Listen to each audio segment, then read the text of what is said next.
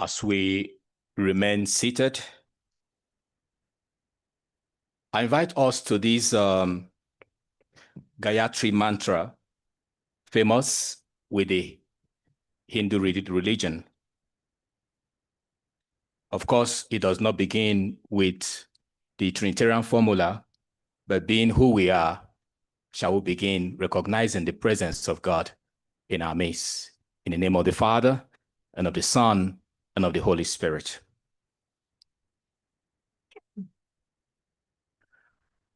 We meditate on the transcendental glory of the divine, the Creator, from whom all the universe have come into existence.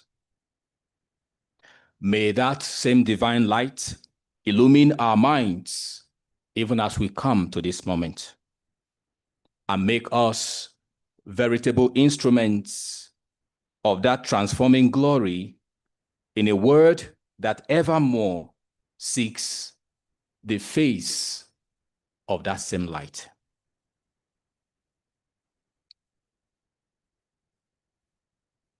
Our response to these following 4 litanies shall be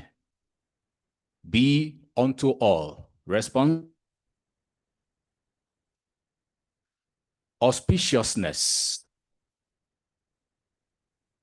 perfect peace, fullness of being, perfect health,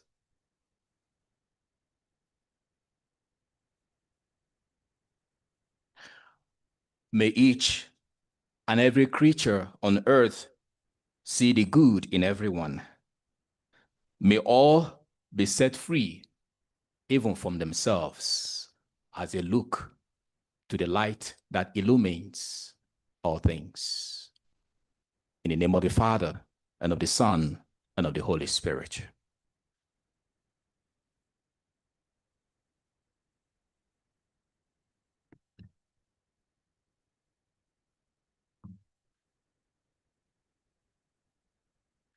So good afternoon again to all of you present, but also those who are following us online, especially Professor Hintersteiner and his students from the University of Münster who said they were going to join us this afternoon. I saw them there on Zoom. It is my great pleasure to welcome you all to this afternoon's public lecture organized by the Center for Interfaith Studies in Africa and the Jesuit Historical Institute in Africa jointly. Today's event continues our shared mission to foster deeper understanding, dialogue, and scholarship across religious and cultural boundaries. We are particularly honored to welcome Reverend Professor Francis Clooney, S.J., Bachman Professor of Divinity and Professor of Comparative Theology at Harvard Divinity School. Father Clooney's pioneering work in comparative theology has opened fresh avenues for interreligious encounter, especially between Christianity and Hinduism, rooted in both deep faith and profound intellectual curiosity. His lecture this afternoon, How Western Jesuit Missionaries Studied Hinduism, Insights and Blind Spots, invites us to revisit a complex chapter in the history of Jesuit engagement with other religions. Here at Ekima, especially at the Center for Interfaith Studies in Africa, we are committed to cultivating precisely such reflection. Our context, rich in religious diversity, cultural depth, and spiritual vitality, offers a unique space from which to rethink what genuine interfaith understanding can mean in the 21st century. I thank in a special way GIA, the Jesuit Historical Institute in Africa. By the way, there was no conspiracy. Huh? When we agreed to co-host this public lecture with Jean-Luc, I had not been named interim director of GIA, so there was no kind of conspiracy here. I think it's just providence that made things this way. So I'm especially grateful to Jean-Luc Enyege, the outgoing director of GIA, and now my provincial. I've started renegotiating my next mission with him. The leadership of Ekima University College, and all of you, faculty, students, and guests, for your presence and engagement. A special thank you to GIA because Gia footed a bill financially for part of the trip of Professor Clooney to be here with us today. Now, briefly, a biography of Professor Clooney. I'm not good at introducing him because I can go on and on, so I force myself to write something brief. So Francis X. Clooney, SJ, is a Pagman Professor of Divinity and Professor of Comparative Theology at Harvard Divinity School, as I said, where he also served as, from 2010 to 2017, as the director of the Center for the Study of World Religions, CSWR, a very important center located at Harvard Divinity School. He is a member of the Society of Jesus since 1968. I think so, Frank. By that time, I was 5 years old, I think. He is recognized internationally as a pioneer in comparative theology, a field that brings the study of diverse religious traditions, especially Hinduism and Christianity, deep and transformative dialogue. He earned his PhD in South Asian languages and civilizations from the University of Chicago and has devoted his career to the close reading of classical Hindu texts in Sanskrit and Tamil alongside Christian theological writings. His scholarship exemplifies how faith, reason, and learning across religious borders can enrich both theology and human understanding. He is the author of more than 20 books, including Hindu God, Christian God, How Reason Helps Break Down the Boundaries Between Religions, which Father Foro referred to at Mass. Also Comparative Theology, Deep Learning Across Religious Borders, and The Truth, the Way, the Life, Christian Commentary on the Three Holy Mantras of, I will not pronounce that Hindu word, something Hindus, Frank, in 2008. Beyond his academic achievements, Father Clooney is known for his humility, generosity, and deep pastoral sensitivity. And I can attest to that personally, having lived with him 5 years in the same house, but also worked with him closely. And this said, on a personal note, I am privileged really to count him as a mentor, whose example continues to inspire my own work in interfaith understanding and theological reflection. And most recently, just before traveling, he was inducted in the American Academy of Arts and Sciences. So if you needed one more accolade, that's it for you. So please join me in warmly welcoming our distinguished speaker, Reverend Professor Francis X. Clooney. Thank you.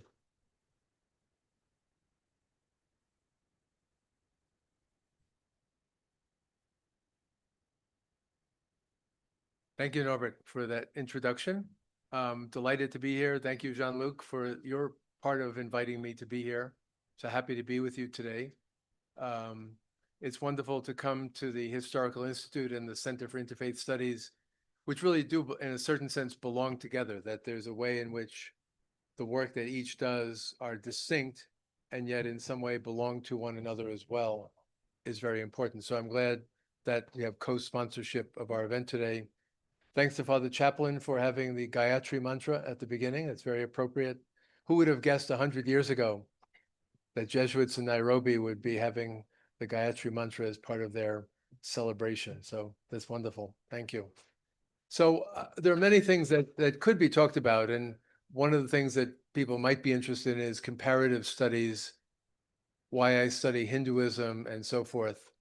However, really, I thought that it's appropriate to the Historical Institute and this being here at the historical context to talk more about my work on the Jesuits in India and to focus on that.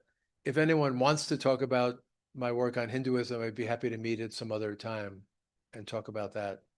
I'm going through a number of pages. There's only about 6 or 7 pages long, a document where I'll put up text on the screen and then go through the points.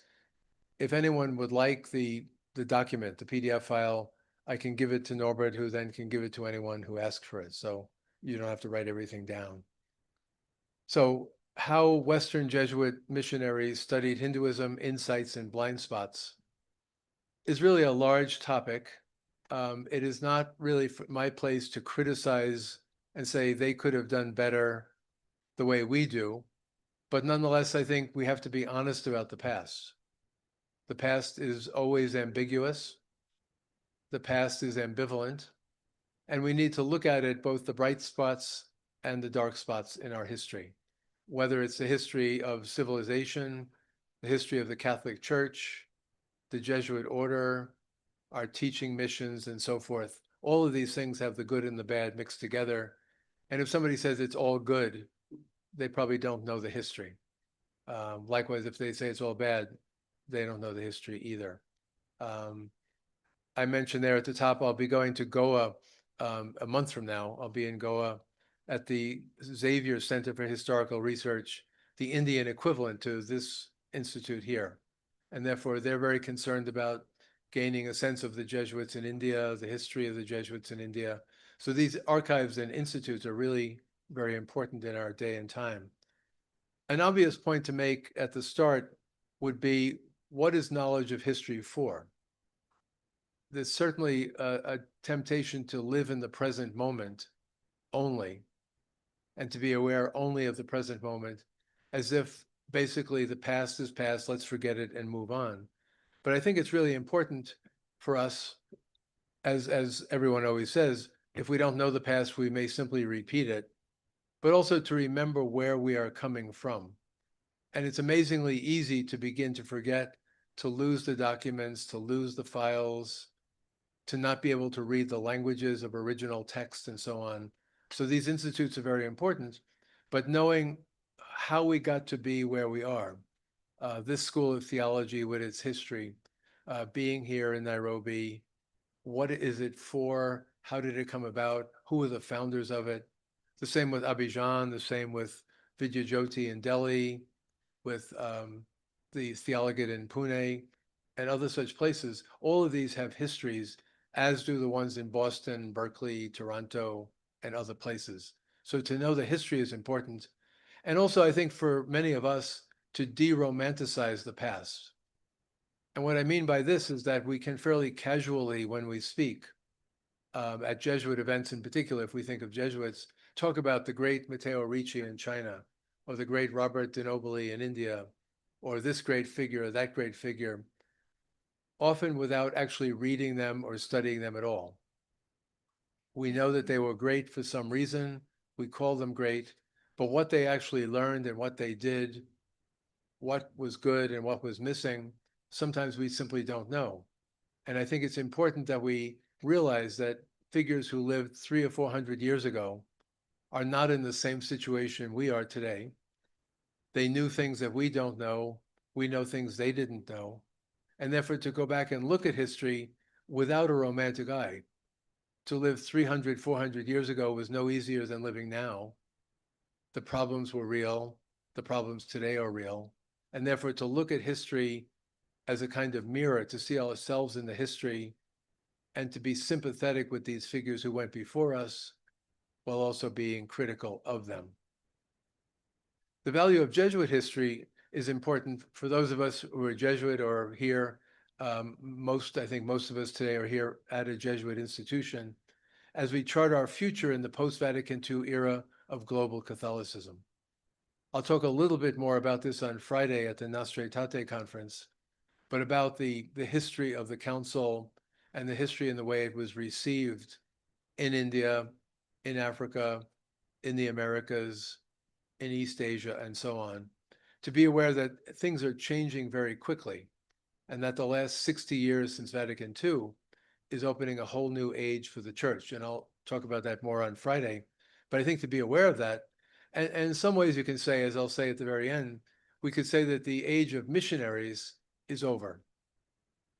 That we no longer really imagine in the Catholic Church men or women going forth from Western countries to other parts of the world to preach the gospel.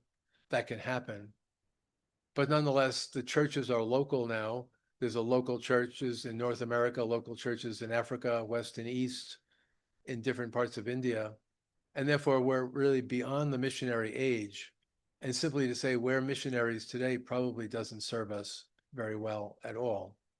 And the missionaries that I'm interested in are not the very good women and men who were generous in working in mission stations for sometimes 30, 40, 50 years, having come from a foreign country, or being aware of Jesuits or sisters running hospitals or schools, parishes. All of these things are extremely important, but I'm interested in the missionaries who were both preachers and scholars.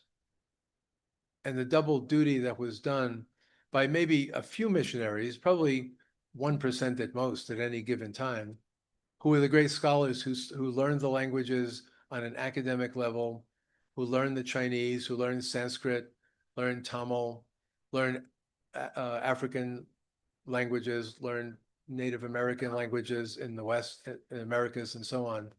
All of this is very interesting because how does one be a missionary and a scholar at the same time? Certainly many people I know in academia, like say at Harvard and elsewhere, can think that missionaries have a bias and missionaries already know what they expect to come out of the research, whereas scholars are objective, allowing the results to speak for themselves.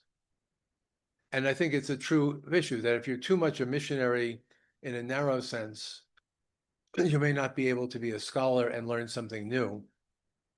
But scholars are fooling themselves if they think that they're totally objective without bias. And sort of in between, we have Jesuit scholars, Jesuit missionary scholars that I'll be talking about now. The tradition of missionary scholars everywhere, but in my focus on India, is to understand how seriously they learned.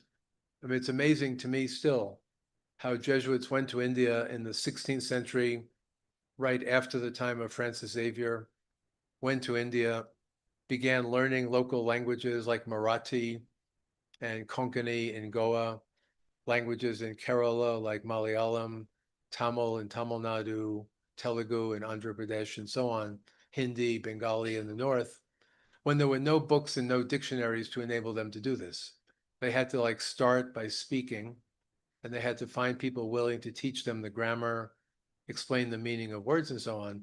But they were very, very serious about learning because one of the attributes of them was that if we cannot be understood by them, they will not take us seriously.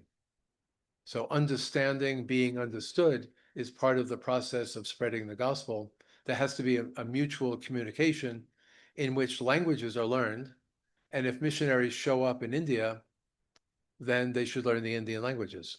It's not going to be only in much later when you have Indians speaking in English and so on. So learning the languages becomes a high class, demanding effort. And the Jesuits I'm thinking of, and I'll give you some on the next page or two, Jesuit scholars in India were also pioneering scholars in terms of the discovery of texts that were unknown in the West, Sanskrit texts in particular, ritual texts, philosophical texts, literary texts, finding these texts and sort of showing what they're about to the extent that they could understand them, and then beginning to make them known. And this was a marvel in Europe, that Europe was the center, unfortunately, perhaps of the colonial era. All this knowledge from the different parts of the world was coming back to Europe, who were beginning to do the first books on world religions and so on. And it's amazing that the Jesuits were one of the primary sources of this knowledge. Again, in French Canada, in Peru, in India, Sri Lanka, East Asia, Tibet. I'm not sure about how early Jesuits were, passing on learning in Africa, but we can talk about that later. But nonetheless, pioneers of knowledge for all Europeans. And they were able to do this by being in countries for a very long time. Usually when they got there, they would never go back to Europe. They'd be there 30, 40, 50 years. They'd be fluent in the languages and get learning that nobody in Europe had ever heard of before. They're also ethnographers. I always mention the text because I read texts, but they're also writing letters back home, the Jesuit letters from the South India, for instance, talking about this is the way they get married. Here are their funeral practices. Here is the kind of food they will eat or not eat. Here's what they do with children when they're growing up. Here is the caste system, the high caste, middle class, low caste, untouchable. All these things they were describing, realizing that real religion, real lived religion was important, not simply what's in the books. And often they didn't have the books, so they were describing things around them as being very important. And I'll come back later to blind spots. Although they were great scholars, learning textually, ethnographically, by field work, incredible pioneers, they also didn't get certain things. And I'll come back to that in a little while. there is much to be said about learning about the Jesuits in India. When I started doing this kind of work, I started graduate school, University of Chicago, in 1979. And I wasn't working on the Jesuits, I was working on Hindu ritual. But nonetheless, a side project of mine was to study the Jesuits in India. And in many cases, there were untranslated primary texts in Tamil, Marathi, Malayalam, and so on, and not much written about them by scholars in India or the West. This was, almost 50 years ago, but times have changed so much that instead of simply having a book about the great St. Francis Xavier, the great Robert de Nobili, the great Matteo Ricci, whatever, there are serious historians who are deconstructing that history, which is of interest across all different fields, different kinds of scholars, because the Jesuits, again, had such an impact and they had this kind of global interaction going on. To study them became very important. So I just give you a few examples here. I can give you 100 more if you want. Jean-Paul Rubiez, The Jesuit Discovery of Hinduism, taking into account a Jesuit earlier, Antonio Rubino's account of the history and religion of Vijayanagar, which was one of the great kingdoms in South India. So a very dense article in which he kind of discovers how the Jesuits discovered Hinduism. What did it mean to say that the Jesuits were learning Hinduism in an early period? Rubiez goes into that, and he has so many other articles that are incredibly valuable. The Journal of Early Modern History in 2020 had a thematic issue on early Catholic Orientalism. So Orientalism is often connected with Edward Said, the Arab scholar who taught at Columbia for years, about the systemic bias, particularly of French and British scholars, in the way they twisted the meaning of the Middle East to suit their colonial purposes.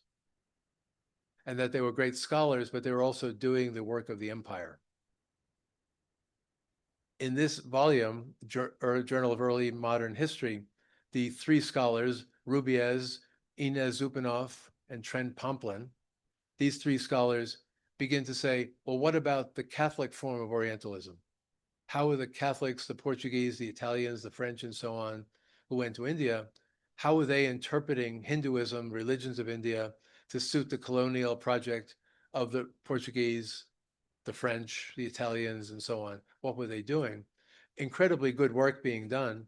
And then Inez Zupanov, I give her a separate category here, probably the best living scholar, I think, of the Jesuits in India. And she has an article at the Jesuit historiography online that Brill supports, the historiography of the Jesuit missions in India, 1500 to 1800. So professionally, she's not a Jesuit, she's not a Catholic, tabulating both primary sources and secondary sources of the Jesuits over 3 centuries, and saying we have to know this material as best we can. She also worked on Franciscan missionaries and did the same thing for them to a lesser extent. Savio Abreu, a Jesuit in India, did the same for the Jesuits in India after 1800 up to more modern times. And what's important about these documents that they're doing, so Rubiez, Zupanov, Abreu, and so on, is that they're making, in a sort of objective historical sense, study of the missionaries knowledgeable, aware, able to be critiqued and looked at. And the sense that none of these people, except for Savio Abreu, are Jesuits themselves, is a kind of relief in a way, because many of the older books about Francis Xavier or Nobili or Ricci and others are kind of like saintly stories of great men. And they're held up as examples of virtue, of heroism, of hard work, some of them dying for the faith. These scholars are not against the spirituality of the Jesuits, but they're not Jesuit, and they're doing it not in order to further the mission or glorify the church, but rather as scholars to say, what did these men do? What kind of learning took place? What did they learn from about the Brahmins, the Hindus of South India? What did they learn from Tamil literature, Konkani literature, Hindi literature? And what did they not learn? And what were the politics of their learning, their mission? Jesuits didn't just appear in India or indeed in Africa or anywhere in the world. sort of dropped in. There's the whole economic and political structures that enable mission to take place. Who was paying for these Jesuits? Where was the money coming from? What was Rome interested in when Rome or the church in Goa would approve of something a Jesuit wrote or condemn it? It wasn't just doctrine of the church. It often had to do with what the King of Portugal thought or the King of France thought. So it was very politicized even in ancient times.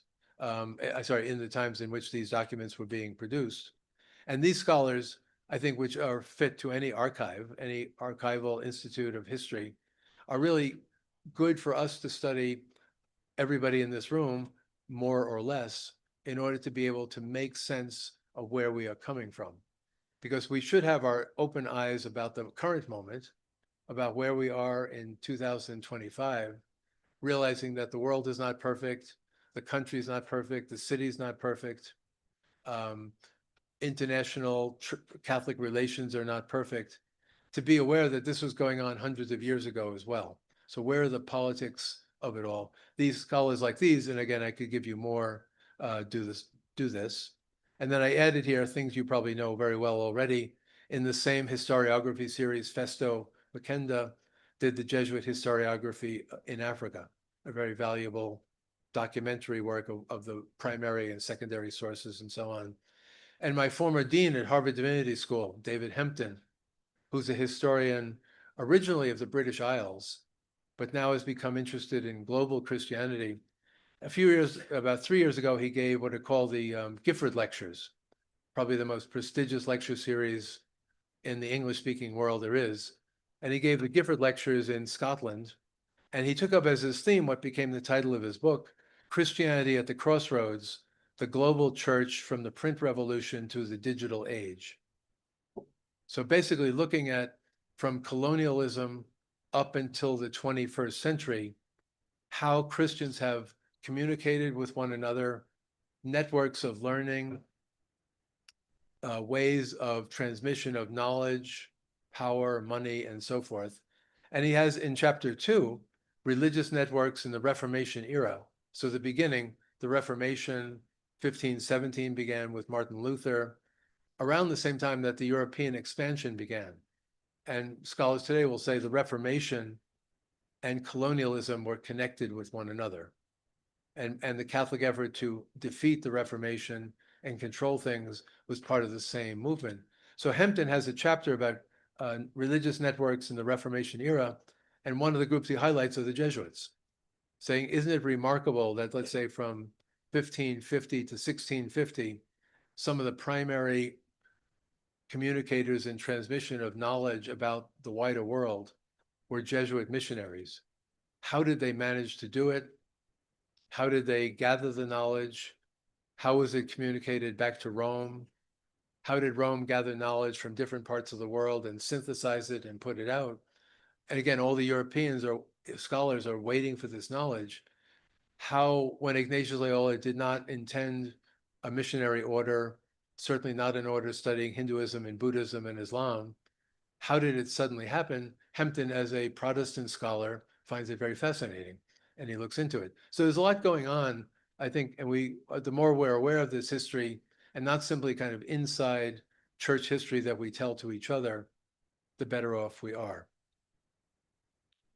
I published a book. I tried I wanted to bring a copy with me, but couldn't find a copy. I think I gave away all my copies. So neither for here nor Goa do I have a copy. But over the last 40 years, I've done many articles on the Jesuits in India. And in this book, Western Jesuit Scholars in India, I collect about 15 of my essays. It's published by Brill. It's quite expensive, but I could give the PDF if you promise not to share it with anyone else. And tracing their paths, reassessing their goals. Basically, my argument over the past 40, 50 years about why Jesuits study religions other than their own. I mean, I've been doing it for over 50 years now. I've been involved in studying Hinduism since I was in my regency, teaching in Kathmandu after college for 2 years. I brought along, to ultimately give to Jean-Luc for the archives, my memoir that came out last year, Hindu and Catholic Priest and Scholar, a love story. If you have very good eyes, you can see me in the middle when I was 24 years old there. But I've been doing this for a long time. And what I try to do in the essays gathered in this book is say, what am I doing in the light of what Jesuit predecessors to me have done? Why does Clooney in 1985 or 1995 or 2025 do certain kind of work on the Jesuits? What was Xavier doing? What was Nobili doing in India? What were other Jesuits in India doing? And then compare and contrast. Because I think for those of us who are Jesuits, knowing our predecessors matters greatly. But likewise, if you're a Franciscan, a Dominican, if you have another religious order tradition, to know what your predecessors were doing and then thinking of yourself in that light. So this book, I think, was an effort of mine to gather essays I had done over the years. I also wrote, I think it was 2002, there's a thing called the Studies in the Spirituality of Jesuits. You probably have them in the libraries here. In 2002, A Charism for Dialogue, Advice from the Early Jesuit Missionaries in Our World of Religious Pluralism. And basically, for the sake of novices I was teaching in California, including at least one in this room here, who'll go nameless, he's sitting in the front row. But basically, we always talk about the Jesuit charism for spirituality, the charism of the exercises, the charism for secondary education, the charism for higher education. I said, we're totally blind if we don't realize one of the distinctive features of Jesuits was the global spread. And so we're not living in the 16th century, 17th century, 18th century, but can we learn from our predecessors about how we can deal with diversity in the 21st century, be it in India or in Africa or on the Boston College campus or Georgetown campus? Can we learn from the Jesuit tradition about how to deal with diversity, which is not simply be nice or smile at everybody, whatever their religion, but where do you accommodate? Where do you learn? Where do you draw the line? All of this I tried to put into a brief form in studies, which you can see here in the library, and I can send you a PDF of it if you email me. I have the essays I mentioned in the book I just showed the cover on Francis Xavier, on de Nobili, who was the first Jesuit in India to become famous for dressing like a Hindu holy man. So he wore saffron robes, wooden sandals. He wore marks of religion on his forehead. He wore a Brahmin thread for some time. He's fluent in Tamil, and he lived a strictly vegetarian diet because he wanted the Brahmins, the high caste Indians, to be trusting that you don't have to become a European to become a Christian, and that the values of the culture, the values of the way of life could be preserved. So he's a big figure like Matteo Ricci in the court of the emperor in China. And I was interested in him, but then sometimes, as I say, they're quarreling with him. Like, what is it that he didn't get? Like, he was so sure of himself and so sure that Christianity was true and the logic of the Hindus and Buddhists was not accurate.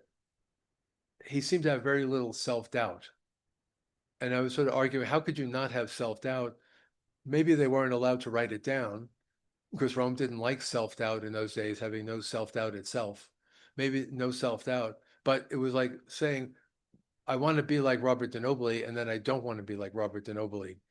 I did a little book on Jean-Venance Boucher, a French Jesuit, 18th century in South India, who didn't write any books, but he wrote long letters back to Europe on things ranging from like funeral customs, marriage customs.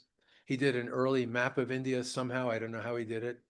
Um, uh, Comparing and contrasting Greek and Indian views of reincarnation, discussing whether the best in the Indian religion somehow came through the Jewish people to India and then became Hinduized. Because when the temple was destroyed in 70 AD, the Jewish people scattered. Some did go to India. Historically, that's provable.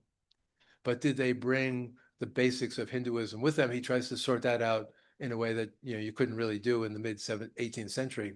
So I look at him. William Wallace was a fascinating figure, an Irishman who was an Anglican missionary in Calcutta at the end of the 19th century. And he was scandalized by the Anglican mission because they seem to always hang out with the British. They live in these nice compounds and have gin and tonic in the evening, which is a good idea, but nonetheless, you can't do it every night. They're learning these, they're hanging out and they talk about the horrible darkness of Hinduism. And he's thinking they don't know Hindus and they don't know what they're talking about. So he, as a missionary, a Protestant missionary, moved out to a village, learned Bengali, and lived and talked among ordinary village Hindus. And he became so convinced that there was something to learn, he quit the mission, went back to Ireland, where he came from, eventually became a Catholic, became a Jesuit, and went back to India about 10 years later. And when he went back, he convinced the Belgian Jesuits who ran the mission in Calcutta to train young Jesuits in Sanskrit so they know what they're talking about. So I have an essay about him, and I read his original book about his conversion story. Fascinating things I've tried to touch on over the years. I spent a good, not in that book, but another book that I did, which I can't give you, I have to give it to the archive in Goa. St. Joseph in South India, Poetry, Mission, and Theology in Costanzo Giuseppe Besci's Tembavani.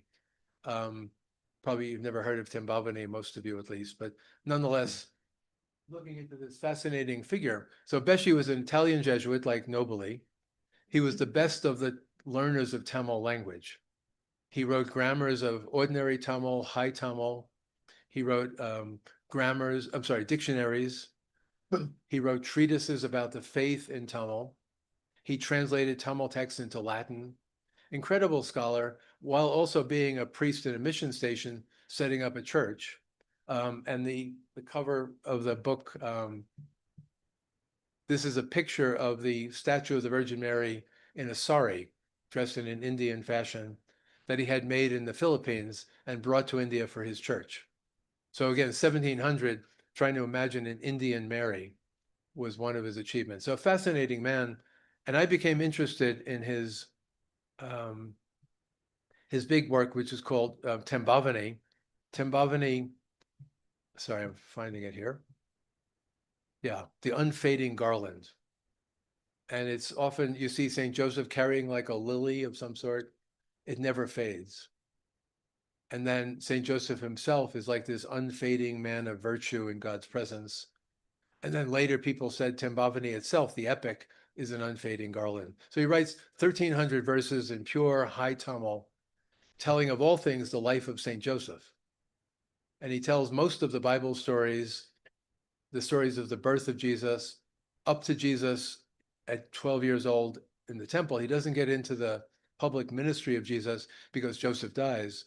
But basically within the life story of Joseph from birth to death, he tells most of the Bible, not translating the Bible into Tamil, but retelling it in a very lovely, high style so that people could appreciate it. It's a brilliant work and quite imaginative. And it's sort of, my take on it was in the book that I did, I translate maybe 300 verses in the book, is that he's in the Jesuit tradition of arts and sciences, aesthetics, learning literature, loving literature, not just Greek and Latin anymore, but the literatures of the world. And then being able to do them so well that you can then write poetry in those languages. Think about that.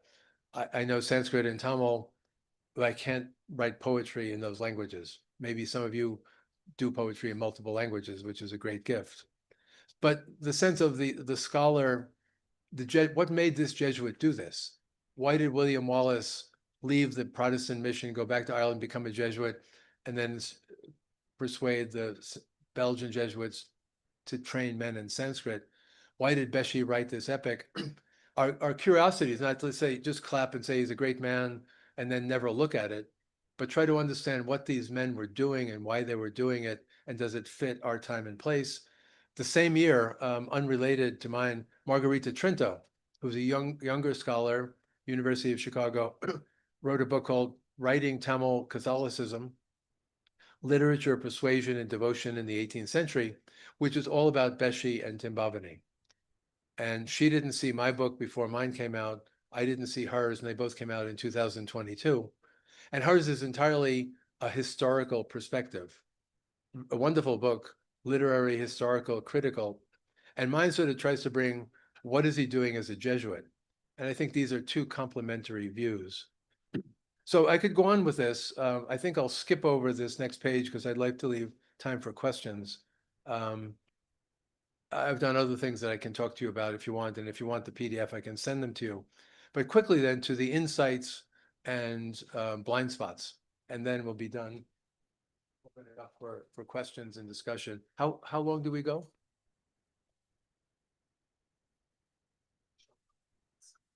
Okay, all right. So insights, the sort of the brilliance of these Jesuits. And again, think of it parallel with Western missionaries in Africa that you know of, or if you're from India, examples you know. What do you think the insights are, the positive elements? As I've said before, I don't need to repeat this. Notable Jesuit writers and scholars doing pioneering scholarship, showing the world to Europe. Just as scholars, even if they weren't Jesuits, doing this incredible work of spreading this new knowledge. And I think at the same time saying, guess what? You can be a Jesuit, you can be in a religious community and a scholar at the same time. It has been done, it can be done, and there's no boundary between it. Being a scholar is not less religious. Being a religious without being a scholar is not more religious. But I think they show us how this is possible in the incredible lives they were living in very difficult situations. As I said, they gathered the knowledge with sympathy and they pioneered textual and ethnographic studies. When Europe, which saw itself as the center of the world, was beginning to open up and say, how do we learn everything? The Jesuits were showing you can do the text, you can do the ethnography, you can do the ways of life, you can actually talk to people in dialogue. All of these things they were showing Europe how to do and showing the Catholic Church how to do them. Recognizing implicitly, at least, the parallels with Catholicism, bringing comparative religion into Catholicism, which we take for granted. Everybody is a comparativist in some sense. You can't be a religious person without realizing that Jews and Muslims, Hindus and Buddhists, African traditional believers all have views that are somewhat similar but somewhat different. At the time, you could say when the Jesuits were spreading globally, in a sense, it was all we need to know about them is that they're wrong, that they're from the devil, that it's all darkness. And the Jesuits are showing it's far more complicated than that. And I think that's a virtue too. So those three virtues, and then I'm almost done, the pitfalls. And we can talk about this because I do hope we'll have a little bit of time at least for Q&A. Tension between learning and needing to judge. And I put it there, needing to find fault. So even with Francis Xavier, Robert de Nobili, Ricci in China, and other such figures, they knew already at the start, at the end of the day, they still wanted people to become Christians. And in part, it was an evangelical impulse out of their personal faith. The gospel is for everyone. But because they were philosophical and wanted to show this by reasoning, they believed that their reasoning was going to be superior to that of the natives. And so they pretty much, in a sense, as I've been stressing, generous, virtuous people doing incredible work, but they knew at the beginning where they would conclude at the end. Everyone would be better off if they became a Catholic. And to some extent, I can see that as the preaching of the gospel. We could talk about this. But on another level, it's not very intellectually helpful to say, I'm going to do all this work with Sanskrit, all this work with Tamil, et cetera, in order to show something that I knew before I left home. And so I think there's kind of a circle there in which they never really broke out of. They were ahead of their times and hasty, rushing to conclusions couched as scholarly. I'm writing an essay on this now about debates about images and idols in Reformation Europe, how it works out in India. But what I mean by this is that they were involved in high-powered debates, Catholic and Protestant in Europe, Reformation, Counter-Reformation, and then high-powered disputes in India, but largely between Jesuits and Protestant missionaries again. And then once in a while, they'd meet a learned Indian they could argue with. But it seemed to me that, again, they did far more than I would have been able to do if I lived then. But they were never doing enough to let the native people speak in their own voice on their own terms. It was more or less they were not literally, but grabbing people and saying, tell us what your religion is about. and kind of forcing the native linguists into awkward situations of having to communicate through an interpreter, or maybe at a certain point through Portuguese or Italian or French. The Jesuits were sophisticated in arguing with Martin Luther, John Calvin, Protestant missionaries, but when it came to the native peoples, they were not very good at it. They didn't go deep enough. I don't blame them for not going deep enough, but I do think they were hasty in drawing conclusions when they didn't have the evidence. To talk about what's right or wrong about Islam or what's right or wrong about Hinduism, when you actually don't know how their scholars think or their theologies, is actually bad Catholic theology too. So I have that complaint, even though I have sympathy for them. And then C and D really go together. They were bringing all this knowledge back to Europe, telling, the French scholars, the German scholars, the British scholars, Italian scholars, all these new things about the wider world. And they were introducing fields like Indology, study of India, Sinology, study of China, later on South Asian studies and so on, history and so on became fields, philology, linguistics. Much of that grew out of the Jesuit studies. And yet somehow they managed to give the information. And then at the great universities of Europe, the non-Catholic ones, they got pushed to the side. Thank you, Father, you've given us all this information. We don't need you anymore. We'll talk to each other. They kind of lost their status and got pushed to the side. Even the Enlightenment critique of Christian uniqueness, people like Voltaire, the famous French thinker, 18th century, said what the Jesuits think they're proving is that other religions have something in common with Catholicism. And this somehow supports the truth of Catholicism. But actually what it points out is that Catholicism was nothing very unique, and things that Christians and Catholics think are unique actually aren't unique. I think the Jesuits may have been surprised themselves, even before the order was suppressed in 1773, that the knowledge they were giving was not Christianizing Europe, and it was making many of the Europeans give up on Christianity altogether. They became relativists.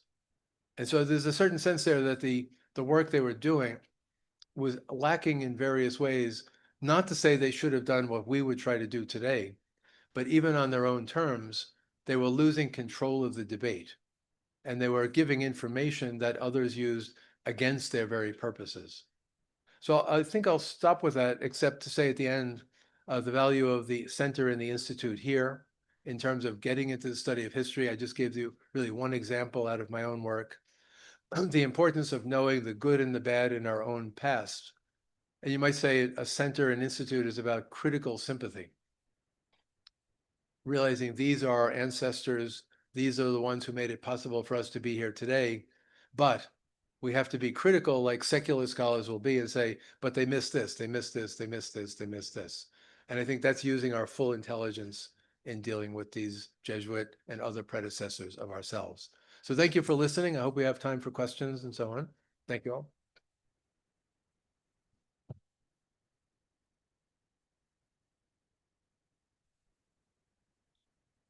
So thank you very much, Frank. Thank you, really. Please join me in thanking him once again. I hope you're not too tired to clap. So we are going to take a series of questions. We could start perhaps with a series of 3. Those in the room here, but all equally those online, if you have any questions, please, you can let us know. So those online, you could eventually raise your hand or send your question in the chat. And then those in the room, simply raise your hand.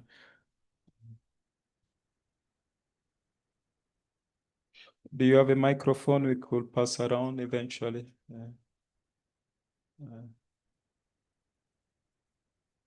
Any question?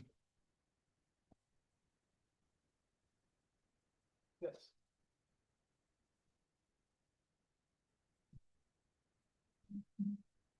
Thank you so much, Prof, for highlighting some of the positives, some of the positive attributes of the Jesuit and missionary work in India, China, and Asia.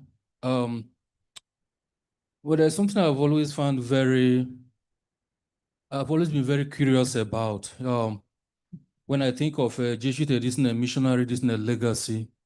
With respect to their respect for culture, the cultures they meet and the context. I've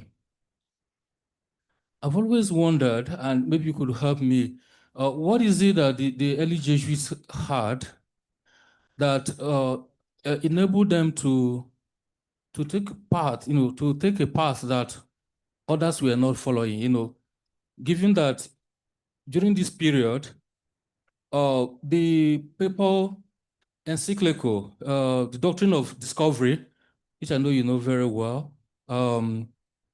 whether it's the Inter Cetera or the other bull, were still very much alive.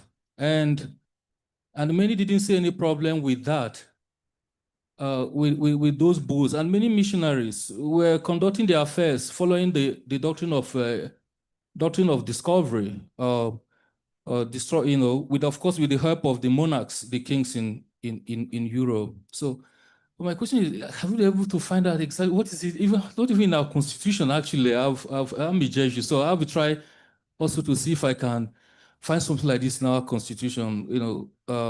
Yeah.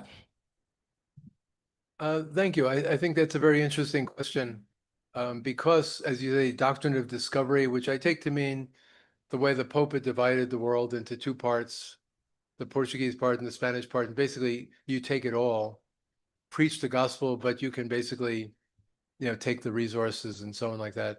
Why were these Jesuits different?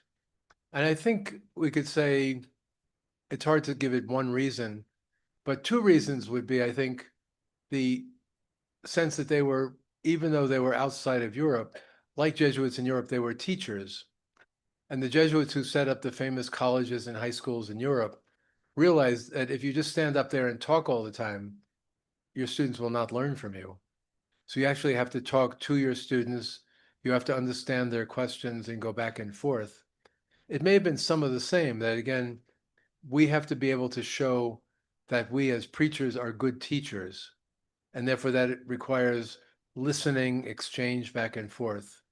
And that may have been one reason that they were not forcing, in Europe, they're not forcing knowledge into people's heads. And the missions, they were wanting at least to listen and to learn at the same time. I suppose you could say on the second level, perhaps the spiritual exercises, although they don't talk about them very much, about the ability to find God and your mission depends very much on something that happens to you. So it's not simply somebody sets up the rules and then everybody just follows, but discerning where God is in your life requires a simplification, getting rid of distractions, finding ways to make it clear to the person who's making the retreat, you and God. And I think maybe that was part of what they're doing. So don't be distracted by my Portuguese clothing or my eating meat or drinking alcohol. Try not to pay attention to the way we're destroying all your temples, but try to talk about you and God at some other level. There may have been something of that too, that things have to be cleared out. And for that to happen, they have to know what they're talking about. And so they learned. Thank you.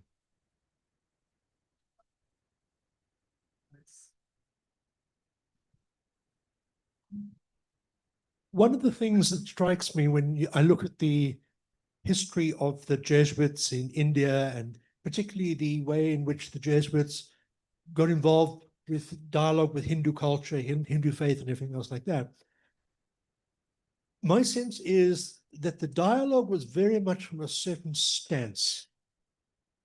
The elite, primarily Brahmin. How did that distort their understanding then? And how can we today, if we're engaged in this kind of dialogue, get a more comprehensive picture? Yeah, I think it's both a virtue and a problem with what they were doing. So many of these Jesuits, also in China and Japan and so forth, wanted to learn from the educated people they saw as kind of their peers.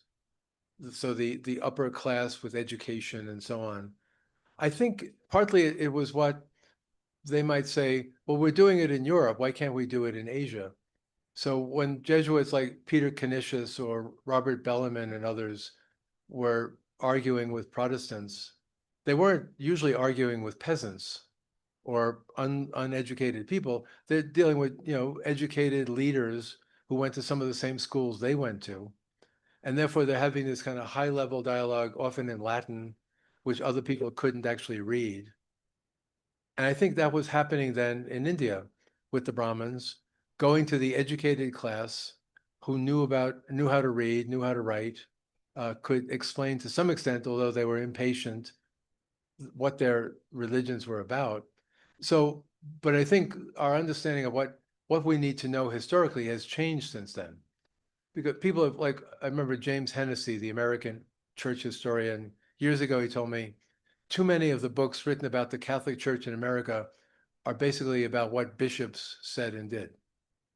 Bishop this, bishop that, always dealing with the top people. What he started to do, and then others since then, is go to the people, go to lived religion.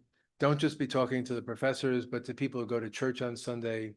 Talk to people who are testing their faith in politics or nursing or something else. I think that's happened with India, particularly among secular scholars who, some of them can't actually do the Sanskrit anymore, or the Tamil anymore, but they will go and vernacular. They can do, like, be in a village in Tamil Nadu, be in a village in Bengal or whatever, and learn from people, particularly with a sensitivity to, if you only talk to the Brahmins, you're leaving women and low caste people out altogether. And so the sense of what counts as a history of anything has to involve the people in a way that it didn't then, because we just assumed we're educated, we talk to our people, and then we tell the people down there what to do. It changed radically. But I don't think they were, somebody said in 2025, we're no longer going to deal with people who don't have power. We'll only deal with the powerful. I don't think it's as crude as that. They were trying to say, I need somebody to talk to. I need somebody who's educated. And they didn't see the rest. Maybe in their mission stations, they were dealing with others, but they didn't write much about that. Cyrus? Cyrus, yes, the microphone's coming. Thank you. It's almost with you. Here it is. Thank you. Thank you so much. So one of the things that we often hear, or that I've often heard, is that Hinduism as a religion really came about as a kind of colonial, category or taxonomy or ontology or whatever you want to call it. That, you've got a diverse set of orthodoxies and practices and traditions, and that seems to make a lot of sense. I don't know if you agree, but let's say you do, or you'll tell us. Is that something that you can notice happening as you look at these primary sources, these letters by Jesuits over the course of a few centuries? Like, is that process occurring gradually in the way they talk about it as a thing? Is it hardening? And are they even participating in that process in some way? Yes. So this is a very important topic. Thank you for raising it, about the very idea of Hindu or Hinduism. Part of it is a long tradition back to, they say, when some of the first Muslims to come to India, the people across the Indus River are the Indus. And so it wasn't even a religious term. It was about the people across the river. And then when the proliferation of religions was beginning to be understood, we have to use something, for non-experts back in Europe to talk about. And so you started seeing, books written about Islam, about Buddhism, about Hinduism. And you could argue to some extent that Judaism and Islam have certain core features that everybody follows. But I think particularly with Hinduism, it became clear you can talk about Hinduism, but you're always covering over a multiplicity of other things going on. And then that could be a goodwill effort. Even scholars I know who refuse to use the word Hinduism at their college will offer a course called Introduction to Hinduism. And then they'll spend half the course saying, but we don't use that word anymore. Now, next thing in Hinduism is the Bhagavad Gita. It's a tricky thing, because how do you talk about this? And I think to some extent, it's a trade-off between going into deep knowledge. So the word that Norbert wouldn't pronounce, the Sri Vaishnava, from the title of one of my books, you could get into saying, I'm not going to talk to you about Hinduism at all. I'm not going to talk to you about Vaishnavism at all. I'm going to talk to you about Sri Vaishnavism in the 13th century in South India. And then if you want to learn about the 14th century, go to somebody else. And if you want to learn about Shaivism, go to somebody else. And then it would take 100 years to get to Hinduism again. So I think it's a shortcut, but unfortunately, often the shortcut, like going to Wikipedia or online media, the shortcut becomes the reality. So anything that ends as an ism. So it used to be not Islam, but Mohammedanism, and Buddhism and Judaism, that all of these suddenly are reduced to certain features. But on their behalf, I'd say the Jesuits were describing things and writing these long letters back home. But they were, I think, before the suppression, before 1773, they were not, I think it's true, we're not ever using the word Hindu or Hinduism. And people say that it became a popular word when the British started doing like census data and needing to characterize people in India according to their religion and so on like that. So come on, just cut it out. Are you a Muslim or a Buddhist or a Hindu or a Sikh? And so you're a Hindu, and I don't want to know the details. It became a living category that had power behind it later on. Now, the final thing I say on this, so it's in some sense it'd be better not to use the word and use 100 other words instead. But it's also the case that having for a long time people in India saying, we don't call ourselves Hindu, now they do. And you have like Hindu organizations, you have Hindu organizations here in Nairobi, you have Hindu societies in the United States, you have the right-wing Hindu groups and so on. They're using the term. And do modern people say, you shouldn't use the term Hindu anymore because we in the West lost interest in it? That'd be kind of bizarre. Just telling them one more time, we're going to name you something that you're not, and then later on, we're going to tell you not to use that word. But it's a complicated issue, but that's some features of it. Thank you. Yeah, thank you. One of the strong critiques of the missionary work in Africa was its close association with the kind of colonial project. And often there was the sense of, they would use words like civilizing the people, and then very often, the missionary work and the colonial work kind of went hand in hand. Sometimes it had very detrimental impacts, very like demeaning attitudes about the local culture and that kind of thing. I wonder if there was a similar thing with India. Was it as closely associated with the colonial project but it didn't seem to come across that way when you were talking. I mean, I think so, in terms of the missionary work and colonial powers, I think almost everywhere in the world, and others in the room might correct me, it was, and if you're talking about the European explosion and expansion, it was in the early 16th, 17th, 18th century, almost always connected to colonial expansion. And there were times, about where it seemed on the Pope divided the world into the Portuguese part and the Spanish part, and lots of missionaries go to each part. And it's great for us because we get free rides on the ships, and we get stable housing and food when we get there. And the people know that if we do anything too troublesome, the soldiers will come in. So some of that's there, but also figures like Francis Xavier. You can read him as this great pious saint, but also he had incredible power. He was like the king's representative for Asia at one point, the king of Portugal, and therefore had political power, economic power, as well as spiritual power. Some of the missionaries, like Beshi, who wrote the epic on Saint Joseph, he accommodated by saying, we won't get along with the local princes in South India unless we kind of play along. So he started dressing in fine robes and got carried in a palanquin, a cart around through the streets and all that. And it looks like he's sold out to them. He's not only colonial support from Europe, but also now buying into the local power structure. So they did these things, but saying you have to accommodate and get your hands dirty to some extent. It happened in China. It happened in Tibet even.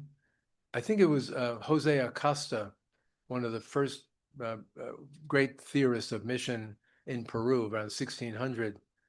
tried to spell out the theory that different groups are treated differently, and that the learned civilizations from in Central America, he would say that the really learned civilizations of Japan and China, India, then like the Inca and the Mayans, and then the savages who live in the forest. And all of these have to be handled. And for somewhat, that kind of fit the rhetoric of the colonial project. We're civilizing them, we're saving them from their savagery, all the way down to, this may come up on Friday, talking about African traditional religions, the ambivalence after Vatican II about, are they, is this savagery? Is it just witchcraft? Is it something to be abolished? Or is that simply the same mindset? We're uncomfortable with it, so we want to get rid of it. But I think, so you could say, okay, we're against colonialism now, and I know many professors, but like I'm at Harvard University, which didn't get its money from, it didn't just drop from heaven. It's the world's richest university, and it pays my salary, gives me my office, gives me my students. Aren't modern people implicated in power structures? Unless you want to be like a Francis of Assisi and just leave everything behind and go out and preach without any support, you're going to end up implicated in somebody's power structure. Some of the Jesuits, like nobly, tried to get away. He went to the center of South India instead of on the coast to get away from the Portuguese. And there was one Portuguese Jesuit living in Madurai, the city where he went to. And I don't know, typical Jesuits, they refused to live together. They lived in separate houses because I don't like your lifestyle. But they were trying desperately to go native and not be colonialists, which was a real challenge.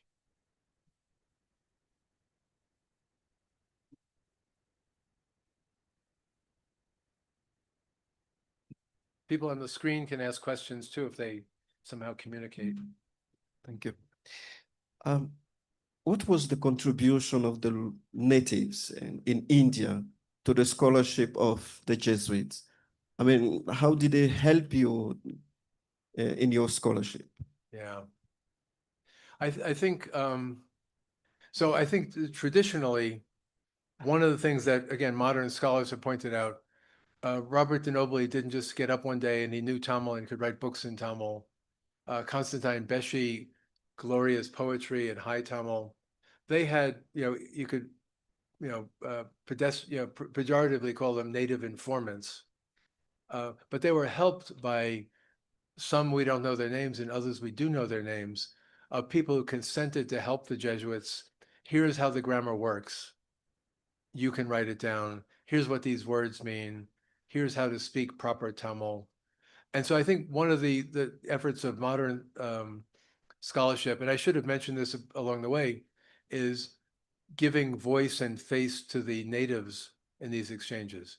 So we know the names of so many missionaries and the Portuguese powers and so on like that. Who are they talking to? And sometimes names come up, but other times it's like, well, there was some native helped them learning this, or some native helped them with that, whatever. And that can be extremely pejorative because they couldn't have done it on their own. And even pre-dialogue, before they're getting to any kind of formal dialogue, they're talking to people on the street and they're talking to people who trust them. I mentioned a book by Margarita Trento, the other book about Beshi. She's actually good at that, being a historian, doing archival work, coming up with who were the literary experts in South India who helped Beshi do his work. And I think that's another aspect of it today. Don't just, or as I said about idolatry, don't just have Europeans talking to each other about are they idolaters or not. Talk to the native intellectuals, give them a name and a voice. In my work, I mean, a lot I've relied on, printed books. So the even untranslated books, Tamil and Sanskrit, you can buy them in bookstores, you can get them from the library. But I spent 2 years, 2+ years in South India, 1 year working on Sanskrit with several pundits. I, in those days, bicycle to their house in the morning and read texts with them. And that was really important to me. One of them said, oh, you're here for a year plus. You should really stay for 12 years if you want to do it right. And I didn't because I wanted to finish my degree. And then I went back another year for 12 months, again in South India, working with Tamil pundits. And that I do thank them in the prefaces to my books, because it changed the way I did it. And I would have lost a lot if I had said, well, they're just natives. They practice it, but they don't really understand it. We at the University of Chicago and Harvard, we know what we're doing. No, that doesn't work. You have to like talk to the indigenous experts who are the real parallels to who you are.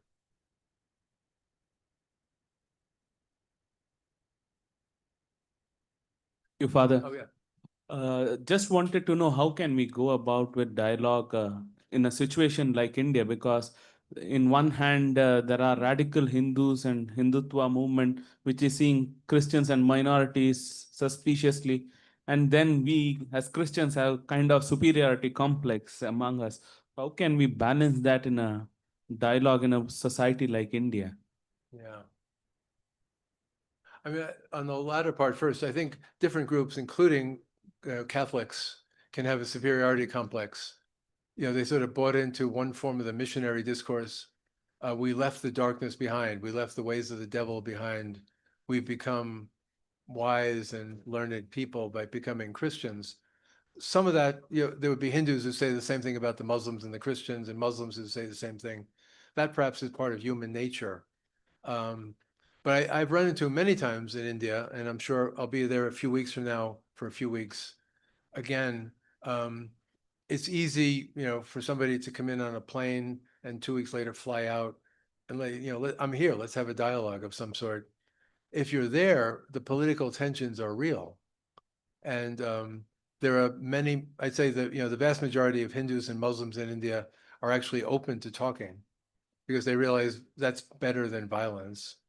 But there are also you might say, the fringe groups that are much more enforcing the view, don't talk to them, they're trying to convert you. Or don't talk to them until they apologize for all the evil they did in our country, saying, there are people around who will burn down my house if I engage in a dialogue, or they'll beat up a Hindu who goes to the meeting because they shouldn't be engaged in a dialogue. There are these real, very fringe groups, but they make the dialogue worse or difficult. So I think it's a paradoxical situation that on the one hand, given the political tensions and politics and religion in governmental levels and all that, dialogue is more needed than ever, but it's politicized in a way that is more than ever. And that becomes dangerous. So when I first went to India 40 years ago, many, many, many Hindus would be happy to have dialogues, but it hadn't been politicized yet. And then for various forces, both India and globally, there are real dangers involved in terms of risking dialogue. When other people would say, I don't want you to talk, shut up, let's not have a dialogue. So it's a tricky thing, but I mean, I think it's definitely not up to the foreigner, me, to go to India and say, here's why you should have dialogues, because my life is not on the line, I'm not at risk. But let the people there figure it out. And I suppose all over Africa, different conditions, different countries, different East and West and so on, the political situations in which dialogue is welcome or not, with Muslims, let's say, or African traditional religious people, it depends.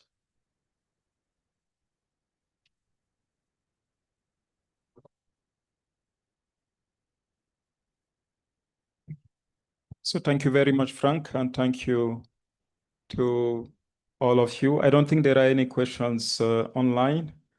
I think Norbert Hinterstein and his students listened piously. So now I'm going to give the floor to Father Jean-Luc to give the vote of thanks. Then after that, we'll have a word of prayer from our chaplain.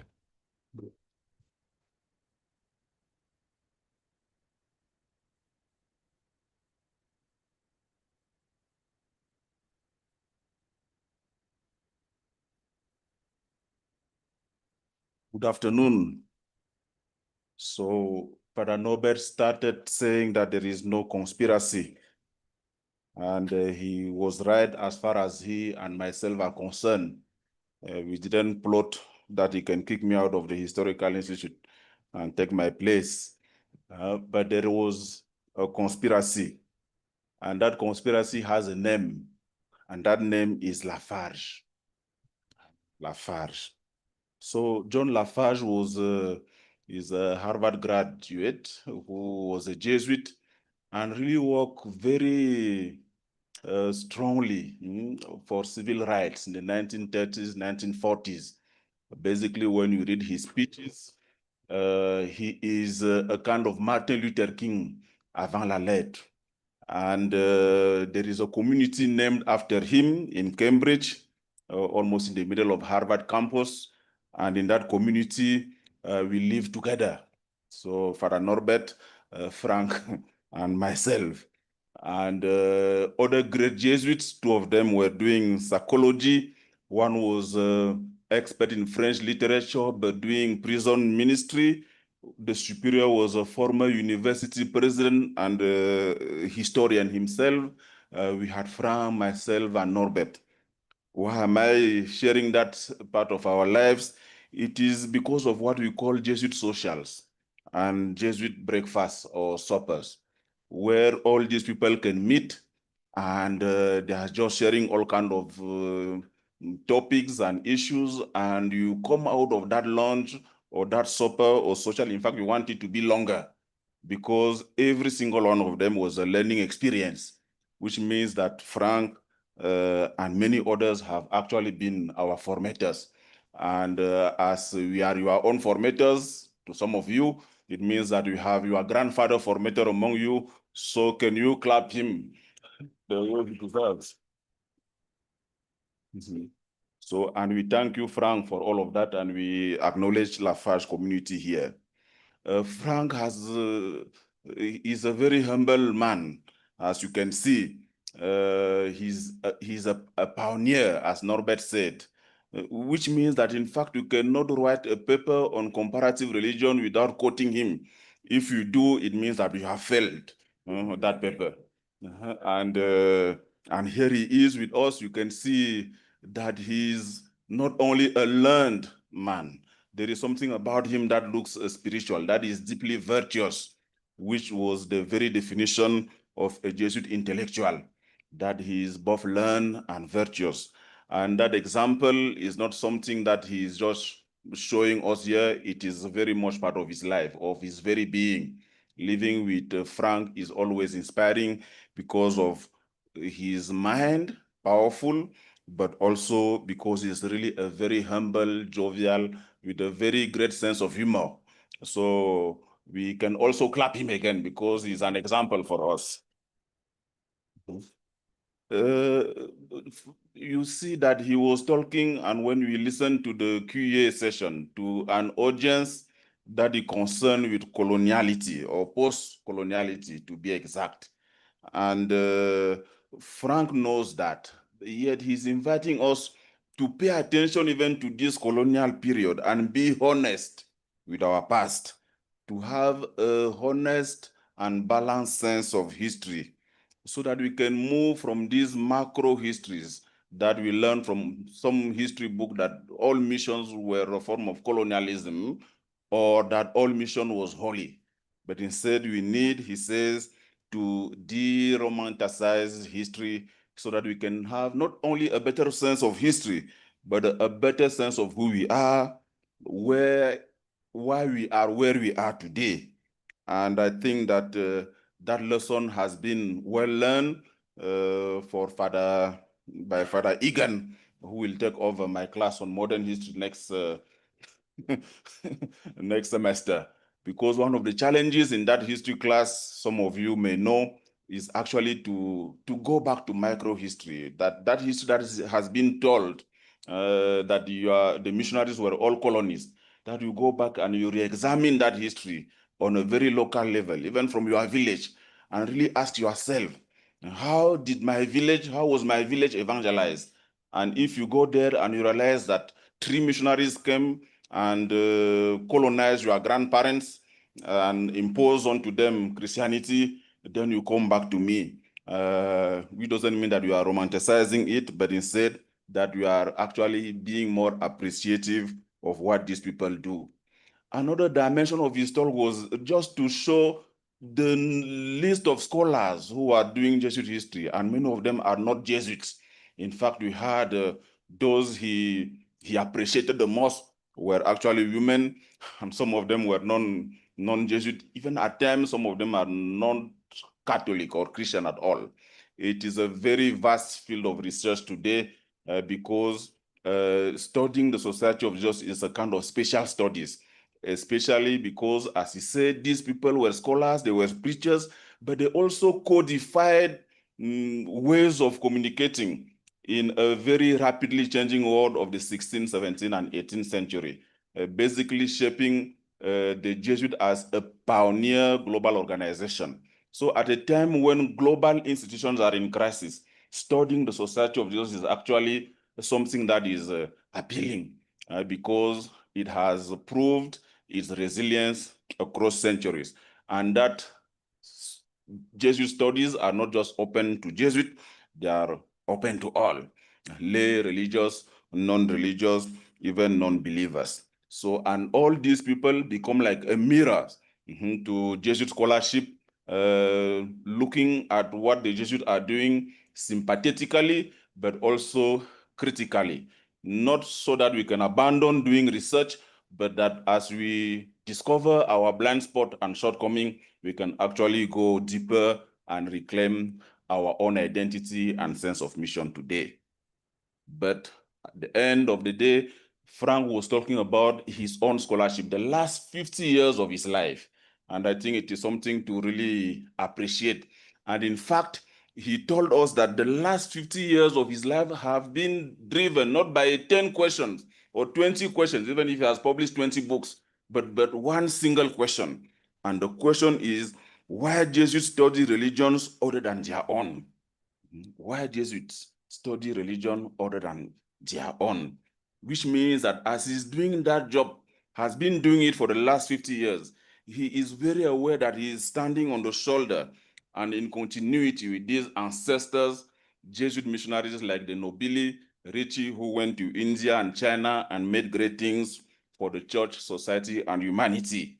He is considering them his own ancestors. So as cultures, African cultures, we value our ancestors. What can be learned? What can we then learn from our ancestors in religion? That's a question each one of one can ask at the end of this lecture. I am a Jesuit, I am an Assumptionist, I am Franciscan of St. Anne, etc. What is it that I can learn from those who went before me, what they did well and what they didn't do very well, so that I can learn from it and grow the mission and the life of the church. So we thank Frank, who came to us as pilgrim. As you can see him, he believes that the missionary age is over, but himself is a living missionary, preaching about the respect of other cultures, other religions. As you can see the way he dresses, he is already being Africanized. So can we welcome him again and thank him? Thank you very much, Frank. Give you. Thank you. Can I speak more so that you can give me another? Thank you. Thank you.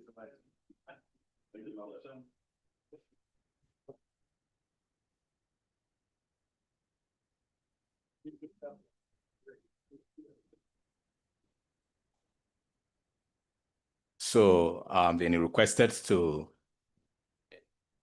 help us to draw this to a conclusion. As we remain seated, perhaps we'll just take a moment of silence. What are we grateful for at this moment? We have heard so much. We have been drawn into a long history that is our own, not strange to us. A history that invites us into continuing to be in the tradition of these men and continuing women. How do we desire ourselves to enter into it? With what do we desire to bring into it? And where do we desire to go? Not as the old missionaries, but as the missionaries of our time.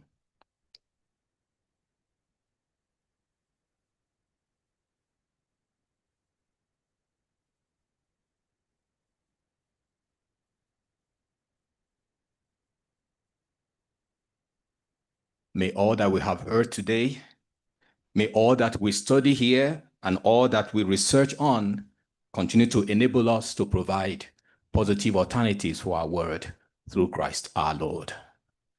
Thank you.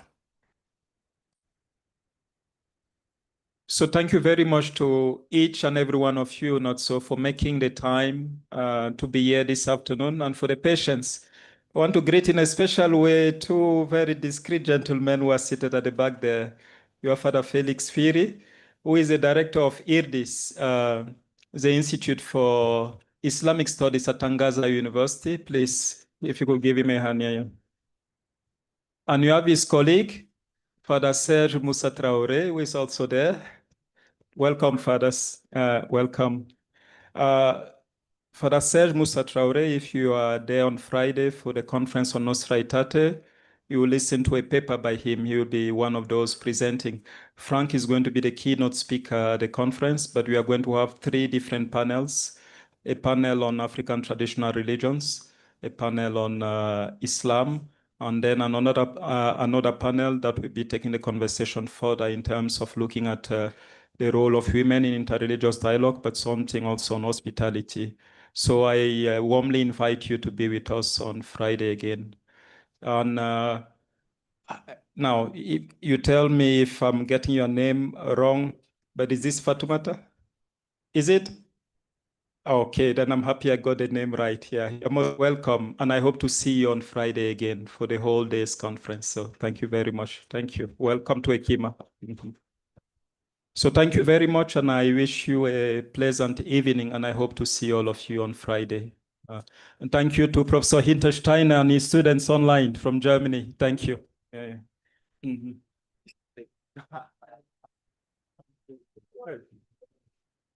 Good. Nice. Thank you so much. Yeah. Keep going forward.